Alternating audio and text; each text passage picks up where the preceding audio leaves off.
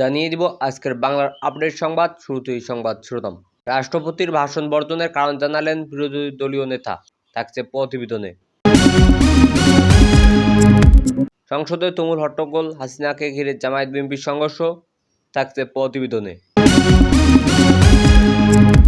জুলাই সনদ বাতিল হলে রাজনীতিতে কি পরিবর্তন আসতে চলেছে, আলোচনায় তারেক রহমান, থাকছে প্রতিবেদনে।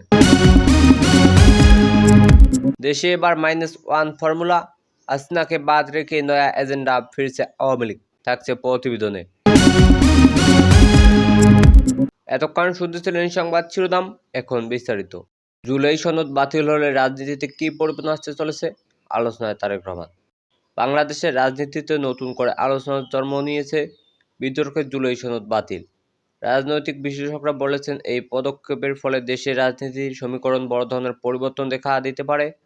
বিশেষ করে বাংলাদেশ আওয়ামী লীগের জন্য অবস্থান শক্তিশালী হতে পারে। আমরা তারেক রহমানের নেতৃত্বে বিএনপির কৌশলগতভাবে নতুন পরিকল্পনা নিতে দেখেছি। বৃহত্তম রাজনৈতিক মহলে ধারণা করা হয়েছে, জুলাই সনদ বাতিলের ফলে আওয়ামী লীগ কিছুটা স্বস্তিতে থাকবেন। দলীয় নেতারা মনে করেন, এটি তাদের ভেতরের সংগঠনকে পুনঃসংগঠনের সুযোগ এনে দেবে এবং আগামী নির্বাচনে পরিস্থিতি শক্ত অবস্থান তৈরি করবে। স্থানীয় নির্বাচনে বিশেষ করে শীর্ষ নেতৃবৃন্দের মধ্যে ঐক্য বজায় রাখা ও দলীয় কর্মসূচির নতুনভাবে সাজানোর ক্ষেত্রে এটি সহায়তা করবে।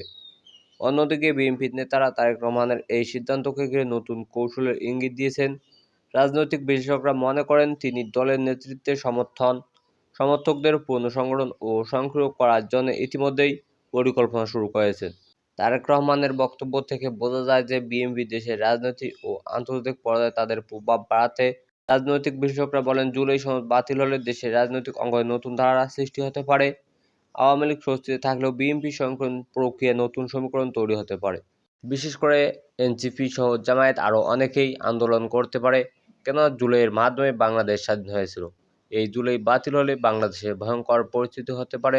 বিশেষ করে দেশের নির্বাচন পরিস্থিতি, ক্ষমতা হস্তান্তর এবং রাজনৈতিক সমীকরণ উল্লেখ্য প্রভাব পড়তে পারে। সাধারণ জনগণ ও রাজনৈতিক বিশ্লেষকরা এই পদক্ষেপকে ঘিরে নানা মত প্রকাশ করেছে। কেউ বলেছে, এটি দেশের রাজনৈতিক স্থিতিশীল করতে সাহায্য করে। এটি বিরোধী দলের কৌশলকে আরও সক্রিয় করে সুযোগ দিতে পারে। সব মিলিয়ে জুলাই সনদ বাতিলের পর দেশের রাজনৈতিক অঙ্গনে নতুন করে উত্তেজনার সৃষ্টি হতে পারে। তারেক রহমানের নতুন কৌশলের ইঙ্গিত দেখাচ্ছেন, দেশের রাজনৈতিক নতুন সমীকরণ তৈরি হতে পারে। রাজনৈতিক বিশ্লেষকদের শর্ত দৃষ্টি পদক্ষে দুটি প্রধান দল কৌশল পরিবর্তন করে। এই পরিবর্তন কিভাবে নিজেদের অবস্থান দেষ্ট করেছে, এই পদক্ষেপে দেশের রাজনীতিতে স্থানীয় প্রভাব ফেলতে পারে কিনা তা আগামী সময়ে নির্বাচন ও রাজনৈতিক কর্মকাণ্ডের ভিত্তিতে পরিষ্কার হবে। রাষ্ট্রপতির ভাষণ বর্জনের কারণ জানালেন বিরোধী দলীয় নেতা। দ্বাদশ জাতীয় সংসদের প্রথম অধিবেশনে রাষ্ট্রপতি মোহাম্মদ শাহাবুদ্দিনের ভাষণ বর্জনের করেছেন বিরোধী দলীয় দল। রাষ্ট্রপতির ভাষণ বর্জনের কারণ হিসেবে বিরোধী দলীয় নেতা ও জামায়াতের আমির ডক্টর শফিকুর রহমান জানিয়েছেন, রাষ্ট্রপতির 3 অপরাধে তার ভাষণ বর্জন করা হয়েছে। রাষ্ট্রপতির ভাষণের শুরুতেই বিরোধী দলীয় দলের তীব্র প্রতিবাদের মুখে পড়ে তিনি। এক পর্যায়ে বিরোধী দলের সদস্য অধিবেশন থেকে ওয়াক আউট করেন। প্রথা অনুযায়ী প্রথম অধিবেশনে ভাষণ দেন রাষ্ট্রপতি। ওয়াক আউট শেষ সংসদে সাংবাদিকদের সামনে বিরোধী দলীয় নেতা বলেন, এই সংসদ জুলাই শহীদদের রক্তের উপর দাঁড়িয়ে আছে।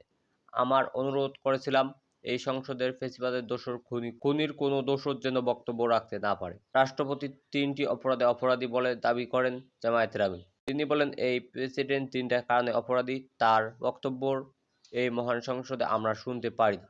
প্রথম কারণ, তিনি সব খুনের সহযোগী ছিলেন। দ্বিতীয়, তিনি 2024 সালের আগস্টের 5 তারিখে তিনি জাতির উদ্দেশ্যে ভাষণ দিয়েছেন। সেই ভাষণে তিনি বলেছিলেন, তৎকালীন ফ্যাসিস্ট প্রধানমন্ত্রী পদত্যাগ করেছেন এবং তিনি তা মঞ্জুর করেছেন, কিন্তু পরবর্তীতে তিনি তা অস্বীকার করেন। তিনি জাতির সামনে মিথ্যাবাদী হিসেবে সাব্যস্ত হয়েছেন।